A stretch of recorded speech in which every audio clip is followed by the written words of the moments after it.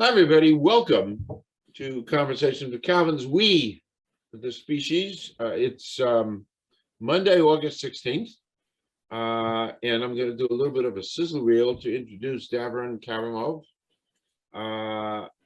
This is a sizzle reel.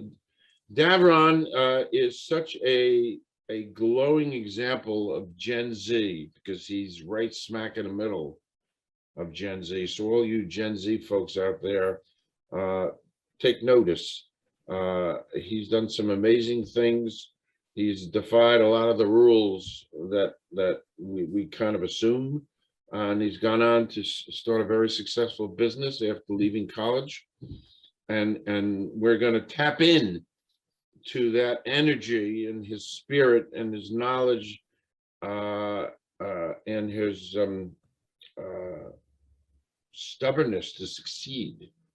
And these are great values, and we want to explore some of the values, and also want to explore DAVRON's journey, how we got here. I mean, how do you start a very successful company when you're leaving school a couple of years ago and you're smack in the middle of being a Gen Z?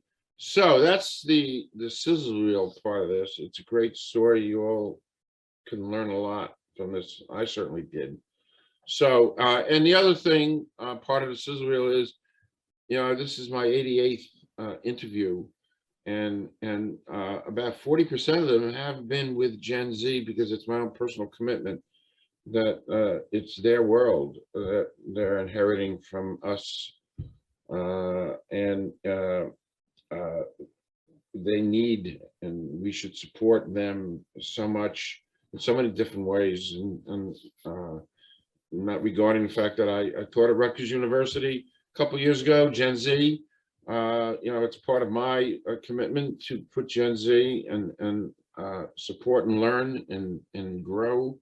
So sizzle reel is over, and it gives me a great pleasure to introduce DAVRON. And I think the first thing we should do is say hello, and why don't you do a little bit of a bio? You have an interesting journey, how you got here. Take it away. Yeah, thank you for having me. It's a pleasure to be here, to be chatting with you. Yeah, so not a lot of people notice, but I'm an immigrant. I came here to New York at a very young age, and since then, school was never really a thing for me. I was kind of the person that would just like sleep in class and things like that. So eventually I just, I knew college wasn't a route that I wanted to take. But I did need to make money somehow.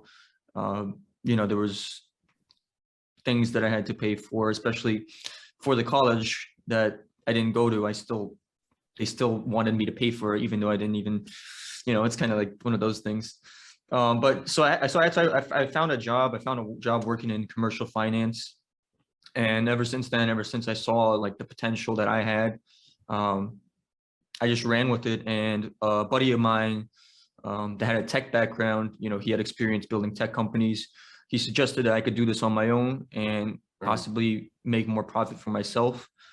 So he convinced me to do it on my own, and since then just moved to Miami, just opened up a new office here in Florida, and got a bunch of salespeople now that are closing deals. Wow. So you started this company called FunderHunt. Why don't you talk a little bit about FunderHunt, what it does, what the purpose of the company, just give us a little bit of background. It's an interesting company, really. And by the way, very needed in this world of startups and trying to grow. So how did this come about? Yeah, so I mean, the first day that I came in working in this industry, they basically told me it comes down to 3 questions. Do you need, like, to a business owner, we would ask, do you need money? How much do you need? And when do you need it? And we fund people that are doing $5,000 a month and up in monthly revenue and typically we get them about a month's worth of the revenue. Typically we could fund really fast. You're not waiting, 3 weeks to get rejected by a bank. You get funded probably same day, next day. Wow. Yeah. Wow. So it's kind of unique. I don't, this particular aspect that you're devoting yourselves to people really at the beginnings of their whole journeys. You're taking care of them. Is that part of the purpose of FunderHunt? Really, is to really help people grow a business? Yeah. I have so many people that I'm basically like a superhero to these business owners. They don't think that it's possible for them to get funded, and then when I come through and show them that it's possible, they think of me as a superhero. The purpose, yeah, I mean, I would say that's probably the purpose, is to get people, business owners, funded. Real business owners. So I guess that's like your mission statement, to take care of, you're looking to help the small guy really get a start in life, when there's not a lot of people around who want to help a small guy. Yeah, and I could talk about my personal experience. Well, before I got my first job in finance, there was a lot of things that I wanted to get, or I didn't have the money for, but I wasn't gonna go and ask my mommy or daddy to buy something for me. I felt like once I turned 18, I kind of had to grow up and like don't ask for things, so that's what I did. And now I'm able to go on things like, I just went to UFC last week in Texas, and I'm able to afford basically more things that I want.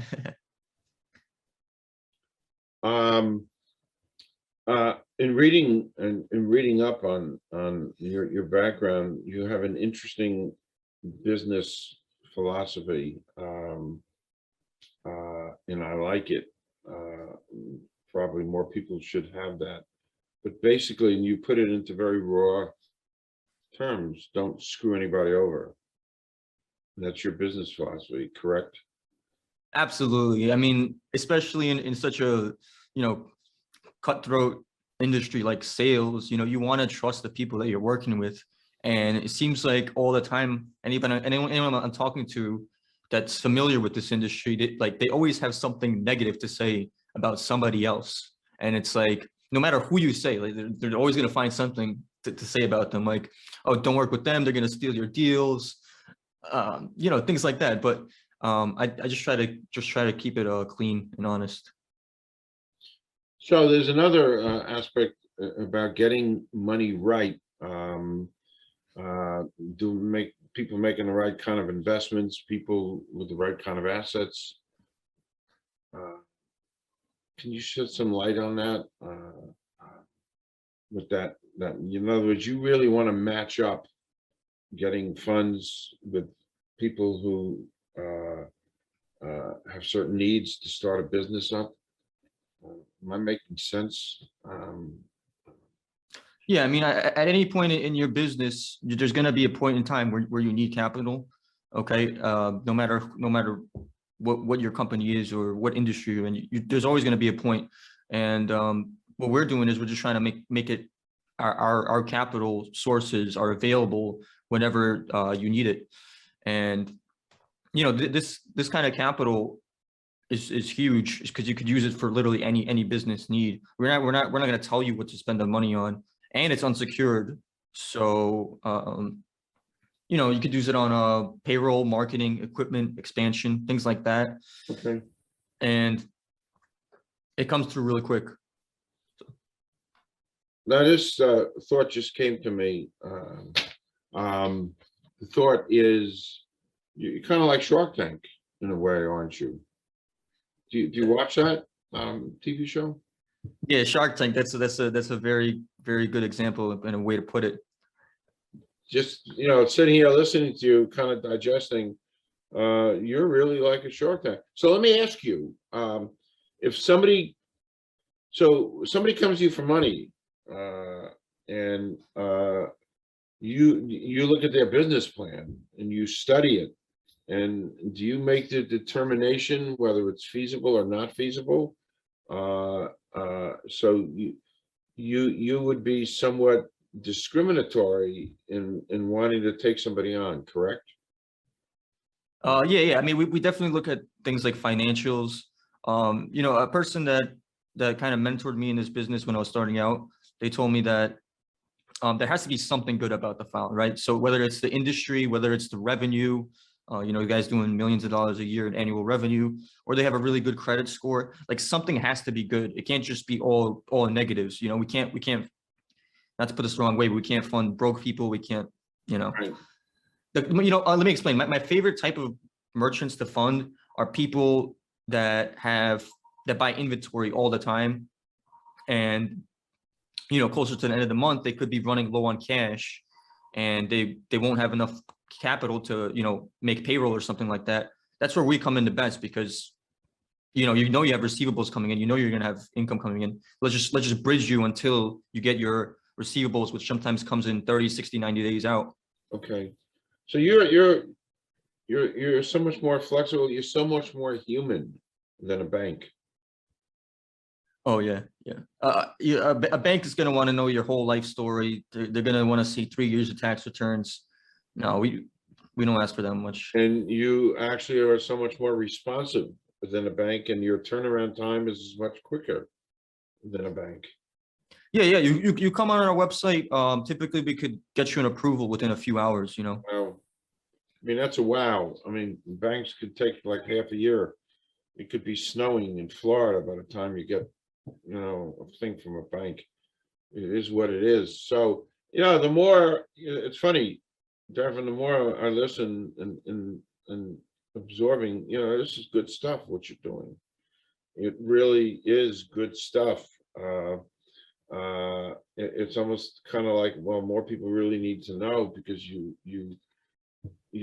provide such a great service. You help, and part of the part of in my notes, I mean, hey, you went to UFC. You said you flew down to Florida because you had some bucks in your pocket.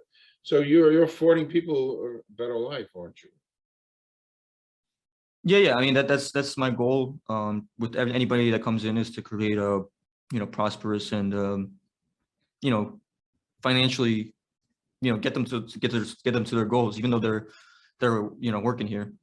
Okay. Well, just off topic for one quick second, I always like to get a picture of you're smiling, because I kind of forewarned you. I just wanted to, I always like to get a picture of people I'm talking to. And I think this question kind of helps out. So here's the Calvin question I'm going to ask you.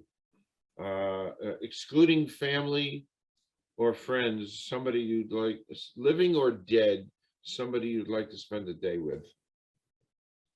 Could be anybody. I mean, living or dead, no family, friends. If you have a couple, that's fine too. If you don't have any, that's fine too. That's a tough one. There's so many. I know it's a tough one. Life is tough. I guess I'll go with Bezos.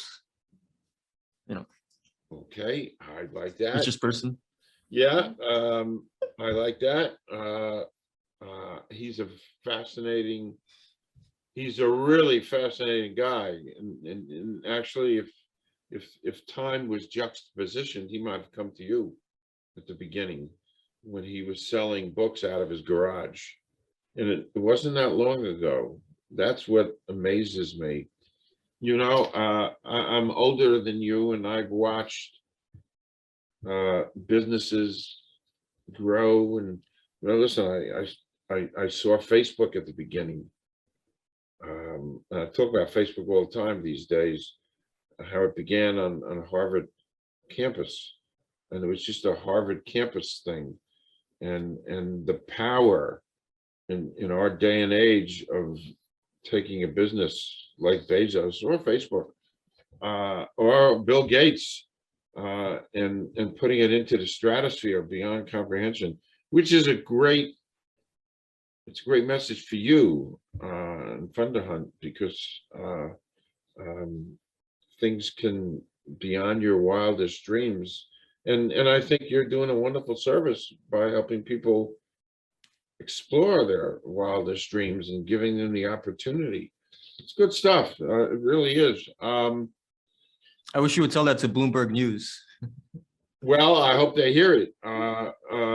Listen, I've got a great channel here growing. One of these days, maybe Michael Bloomberg will take a peek. I'm working on that to kind of take my message to a higher level, but that'll come, Darren, because you've got a great product and you have great opportunity in this crazy mixed up world of ours. So you did say something, if you could elaborate. Finance is a never-ending process. Yeah. How is it never ending? I mean, I get you keep refinancing, and in the business, it is never ending. You grow and you need more financing, kind of thing. And so people would continue to come to you at different levels and different stages of their business development, correct? Oh yeah, those are the best. I love it when I see people, they take a 7K funding from me, for example. There's a restaurant a couple blocks down from where I'm working. This is the exact story of them. They took like 7K, and then from there, we were able to bump it to 20 because their revenue went up, and then we got them a 40K offer, not that long ago. So it just shows like if it could be a profitable relationship for both of us if you're doing the right things with the capital. If you're just going to take the capital just to have it and go to casino or something like that, then maybe we can't fund you again. But right. Smart. What are you're a Gen Z guy, right smack in the middle of it. What are your goals for the future? What would you like to do? You already left New York for warm Miami. Do you have specific goals? What you'd like to do? Sell the company. And no, I'm trying to get like trying to buy real estate in Florida. Okay. A buddy of mine who's a mortgage broker told me that 3 of the top 19 populated counties are in Florida, which blew my mind. In the whole country? Yeah. Wow. But other than that, just improve our software, because I want to be able to get funding to business owners even faster than we're already doing. Great. And I have a couple ideas on how to do that. That's just great. You are an inspiration to armies and armies of Gen Z, which is part of my market for Gen Z. And speaking of Gen Z, how do you feel about being a Gen Z representative? How do you feel? You wrote to me, Gen Z is cool. Just give me some emotions of being in Gen Z. Being Gen Z is pretty cool. I grew up with all this technology. I was probably the first generation to have all this technology, and it's awesome because all the information, we were talking about college earlier, but like all the information, you can find it on Google now in a couple seconds, and so you don't need to wonder anymore, and it's free. But I think I think there's still ways I could get better at it, but it's still new to me. I mean, it's. I don't know how much you probably don't. When I hear you talk about the technology and looking anything up, I marvel at that, and I guess part of my affinity for Gen Z is appreciating what they have and looking back and what I didn't have. And I don't know how many of Gen Z realizes that my whole world was an encyclopedia, which was like 20 books and that was my whole world. And you know, we had a dial-up phone, and then the world of quote media television was 7 black and white TV stations that went off the air at midnight. And that, Oh, wow. yeah, that was it. And they went on the air at like 7 or 8 in the morning and went off at midnight. And the programming obviously was very limited.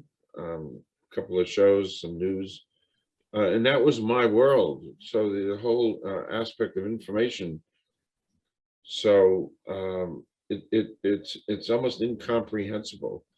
But as I've grown up into this new world, I've tried to hold on and learn and do the things I'm doing, but never forgetting where I came from. Yeah. Appreciating the tools that you guys have. One other thing we talked about before we went on air, because I came from the world of sales at Luxottica Group, where I spent a quarter of a century. And I wound up learning from some of the most successful people on the planet, the Del Vecchio family. And one of the things we talked about most in my 25 years there as a sales, eyewear sales, was the whole notion of rejection, overcoming rejections. You're in sales. Do you have any tips or any thoughts about how you would overcome an objection? I would love to hear that. Yeah, I mean, overcoming objections, that's the way it is. It's rare that, you know, you're gonna find somebody that's just all in on your product. Unless you know your product is really good, which is kind of us. You know, everybody needs money, but you know, we do have people that come in, you know, it's too expensive. Let me think about it. Let me talk to, you know, my wife or whatever. You know, all those objections are not permanent. And just because somebody says no to you at that point doesn't mean that they're never gonna buy from you. And the way I overcome objections is by knowing what the person's gonna say before they even say it. Just because I'm obsessed with my performance. Smart. And I pretty much heard all the objections that there are, so I'm ready for it. That's so smart to anticipate. To anticipate. That was one of the things that I thrived on when I would call on an account. Before I even walked in, I would anticipate the objections it was going to give me, and I would have, the minute it gave me that objection, I had a response immediately. I didn't have to think about it, and I kind of remember back. So that's very astute of you to, you know, anticipate objections. It's a very, you know, and you're young, and you'll get better and better and better as time goes on, because that's what happens. You know, time is a great teacher, and the whole institution of objections and knowing how to overcome them. It's a gift. It's an art. Actually, it's an art form. So I'm very impressed. You know, you being a Gen Z and you have such a good handle on things. In your work, because getting leads is essential to your growth. Do you have any particular way you would get leads for, you know, people that come to you?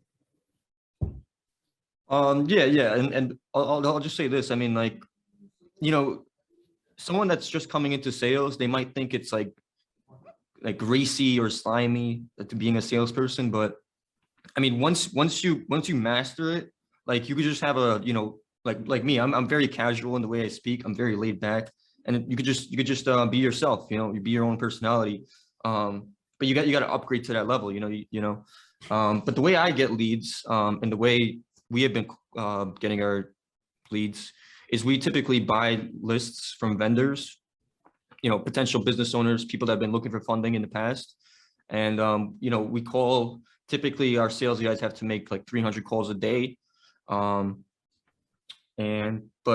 also we're trying to get into more of this marketing and advertising things, social media. Okay. Hey, I hope I hope I can light some fires. And by the way, reminding everybody, all your contact information is going to be flashed on this screen every couple of minutes for people to see. I'll do my job on my end because I think you provide a great service to help people start a new life. Finally, the last kind of cerebral, you had sent me something and I kind of looked at it and I kind of liked it when you wrote to me as a thought, nothing, and this is how we'll end our time together. Nothing is permanent. What does that mean? Yeah. So this is something that I wish I had known coming in my first year of being in business, is that you can't expect things to be permanent. Everything is temporary. The office space that I'm in, this is temporary. The people that I'm working with, partners, employees, even entire companies or entire industries are not permanent. Look at what happened with the taxis, with Uber coming in and crushing all the small taxi companies. And people go out of business all the time. So you just got to be prepared for anything. Be prepared for anything. I like that. It's kind of like a Boy Scout. There was an organization called the Boy Scouts, and one of their mottos, I think, was "Be prepared." And you know what? You're so right. Nothing is permanent. I grew up. I was your age. And you wanted to take a picture, you had to go to Kodak, and they made the film for you to. And they made the film for basically every camera on the planet until Japan started making film. But they owned the world. Everything was Kodak film. I don't even think you know about that. We probably don't, but the whole world was Kodak, and any picture you wanted to take was Kodak, and they're gone because of digital. And then not that long ago, on Saturdays and Sundays, if you wanted to watch a movie, you went to Blockbuster, and you rented a VHS, and you watched movies, and there were lines out the door of people trying to get into the store to rent a VHS, and they're gone. I think there's one left in the country. It's kind of archaic. It's almost like a museum where you, and by the way, this wasn't that long ago. We're not talking 50 years ago. We're talking 30 years ago, 25 years ago. It's what you did on weekends, nights. You went to Blockbuster and other video stores and you rented videos. Gone. So nothing is permanent, and I also think we live in an age where things are even less permanent. It just, there's so much flux. But I applaud you for being Gen Z and being so creative and industrious in what you're doing, and gosh, I wish you such good luck. And say it on air whenever you'd like to come back and talk about stuff. I think you're an inspiration to your generation and other generations. So it's a great way to close. It's a good way to begin a Monday, begin a week with you. And I thank you for your time and for your energy and for being a great representative of Gen Z. I really, really appreciate all the kind words. Thank you. My pleasure. And again, I always close, say, I'll come back. We talk about more stuff and give me updates, and I'm here all the time, and I can't thank you enough, and to be continued. Thank you, Davron.